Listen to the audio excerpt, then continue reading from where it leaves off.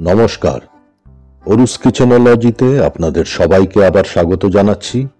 আজকের মেনু পালং আলু পোস্ত।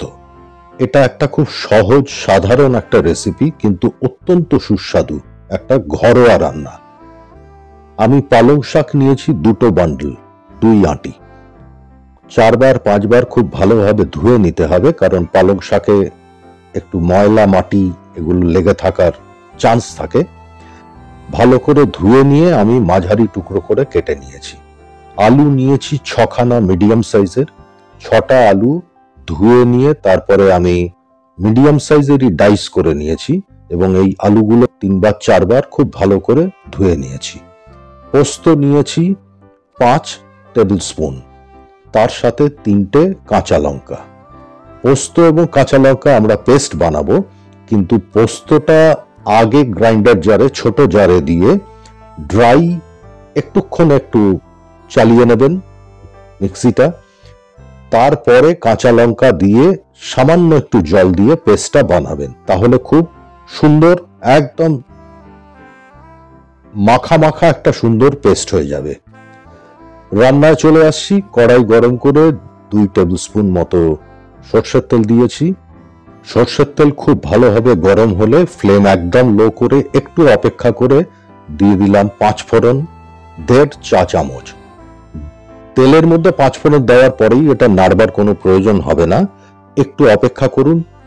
যেই দেখবেন খুব সুগন্ধ একটা আসছে, তখন হালকা একটু নেড়ে দেবেন। এবারে দিয়ে দিচ্ছি ধুয়ে রাখা আলুগুলো। যতটা জল কম থাকে সেটা চেষ্টা করবেন, জল যাতে কম থাকে। আলুগুলো তেলের মধ্যে দিয়ে ফ্লেমটা মিডিয়াম করে দেবো। 5-6 মিনিট আমাদের আলুটাকে একটু ফ্রাই করে নিতে হবে, হালকা ভেজে নিতে হবে। লো ফ্লেমে করবেন না, তাহলে পরে আলু তেল সোক করে নেবে। হাই ফ্লেমে করলে বাইরেটা ফ্রাই হয়ে যাবে, ভেতরটা কাঁচা থেকে যাবে। 1-2 বার একটুক্ষণ নাড়ার পরে দিয়ে দিলাম 1/2 টিস্পুন মতো নুন। নুনটা এই স্টেজে দিলে পরে কি হয়, আলুর ভেতরে আলুটা যতক্ষণ ফ্রাই হবে, তেল যেরকম আলুর ভেতরে অল্প অল্প যাবে, তেলের সাথে নোনতা ভাবটাও একটু চলে যাবে, তাহলে টেস্ট ভালো হবে।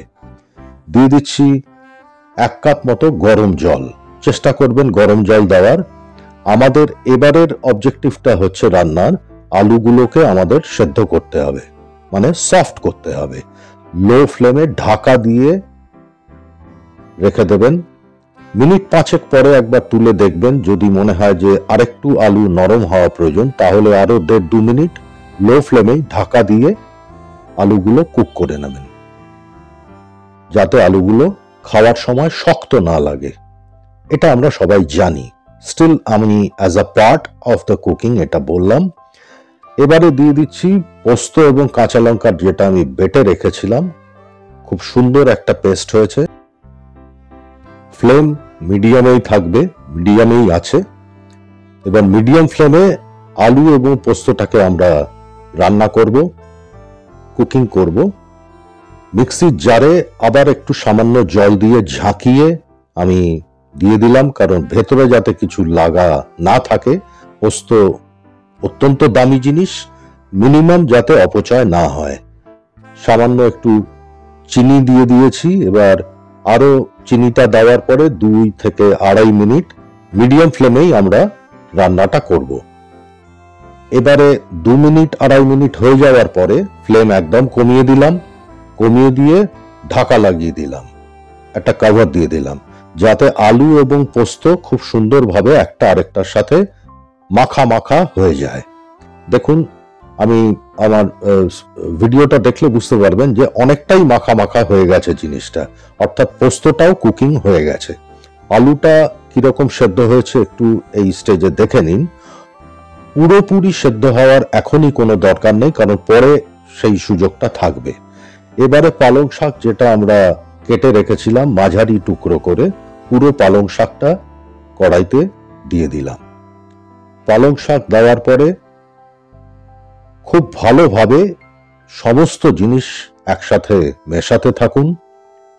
আলু, পোস্ত এবং পালং শাক এগুলো যাতে খুব ভালোভাবে এক একটা অপরের সাথে খুব সুন্দরভাবে মিশে যায়।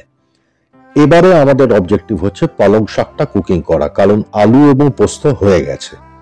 পালং শাকের কুকিং এর জন্য লো ফ্লেমেই ঢাকা দিয়ে একটুক্ষণ রান্না করে নিতে হবে। ঢাকাটা খুলে আমি দেখাচ্ছি, আপনারা দেখুন আবার অনেকটা জল এসছে। তার মানে পালং শাকের ভেতরে যে কাঁচা পালংয়ের ভেতরে যে জলটা থাকে ওটা হিটে এবং ঢাকা দিয়ে রান্না করার জন্য জলটা বাইরে বেরিয়ে এসছে। আমার মনে হলো আরো 30 সেকেন্ড মতো এটা করার দরকার। আমি আবার ঢাকা দিয়ে 30 সেকেন্ড মতো রান্না করলাম। এই স্টেজে নুনটা চেক করে নেবেন। আমার মনে হলো সামান্য একটু নুন লাগবে, তাই আমি আরো হাফ টিস্পুন মতো নুন দিয়ে দিলাম। নুনটা দিয়ে আবার মিশিয়ে দিচ্ছি। কড়াইয়ের ভেতরে দেখুন জল কিন্তু অনেকটা বেরিয়ে এসছে। তার মানে আলুই হোক আর পালং শাকই হোক, এর ভেতর থেকে ফাইনালি সমস্ত জলটা এতক্ষণে বেরিয়ে এসছে। অর্থাৎ সমস্ত জিনিসটা, সব উপকরণগুলো খুব সুন্দরভাবে কুকিং হয়ে গেছে। এবার আমাদের ফাইনাল কাজ হচ্ছে এই পুরো জিনিসটাকে একটু ড্রাই করে নিতে হবে, একটু শুকিয়ে নিতে হবে। আমরা ফ্লেম বাড়িয়ে দিয়ে সেটা করে নেব। তারপরে রান্না কমপ্লিট। দিয়ে দিচ্ছি জাস্ট 1 টেবিল স্পুন মতো কাঁচা সর্ষের তেল। গ্যাস বন্ধ করে দিন, তেলটা মিশিয়ে দিন এবং সাথে সাথে ঢাকা দিয়ে দিন। অপূর্ব সুন্দর একটা গন্ধ হবে। রেসিপি যদি ভালো লাগে লাইক দেবেন, খুশি হব। কমেন্ট করবেন, বাধিত হব। শেয়ার করবেন, তাতে আরো প্রসারিত হব।